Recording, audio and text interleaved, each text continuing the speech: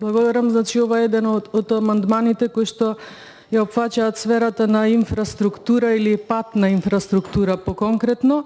Би подсетила дека во програмата на Социјалдемократскиот сојуз во предизборието 2016 година беа ветувани преку 500 километри нови автопатишта, околу 1000 останати патишта, ништо од тоа не е реализирано.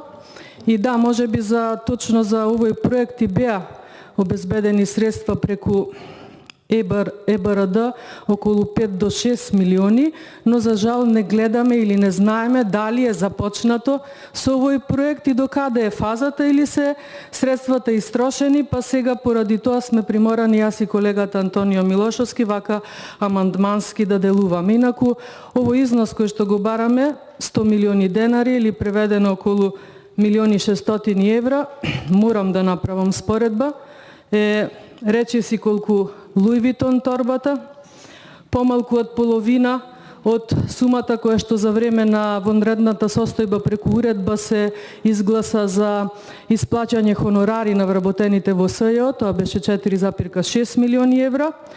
Многу помалку од оние 120 милиони евра дефицит во буџетот кој што се случија во првото тромесечје од годината, кога државата се уште не беше зафатена со пандемијата, или ептен мал процент од оние предвидени 900 милиони евра дефицит во буџетот до крајот на оваа година. Јас навистина не знам каде, зошто се задолжувате, но оправдувањето велите се задолжуваме за да ги исплаќаме долговите кои што сме ги наследиле од претходните влади на ВМРО ДПМН.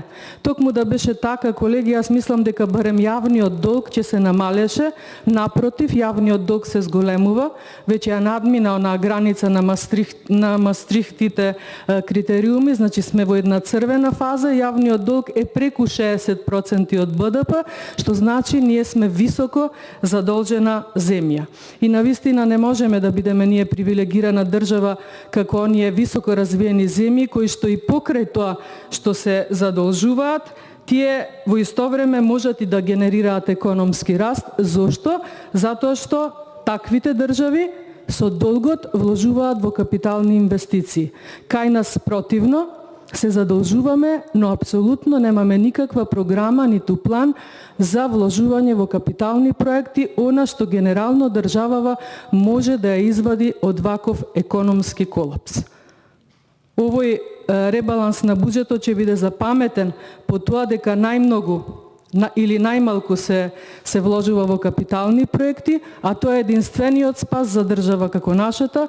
За жал, мора тоа да се признае и од тие причини, искуствено бидејќи сите претходни амандмани ги одбивате и оние со многу помал износ, а не овие кои што се однесуваат на капитални инвестиции, кои што за вас се апсолутно анонимна именка со ребалансов, велите со буџетот ќе започне веднаш штом ќе заврши ребалансот. Имавте 3 години да се докажете дека имате план за капитално инвестирање во државава, не го видовме тоа и пред да не зафати пандемијата, така да од тие причини јас овој амандман ќе го повлечам. Ви благодарам.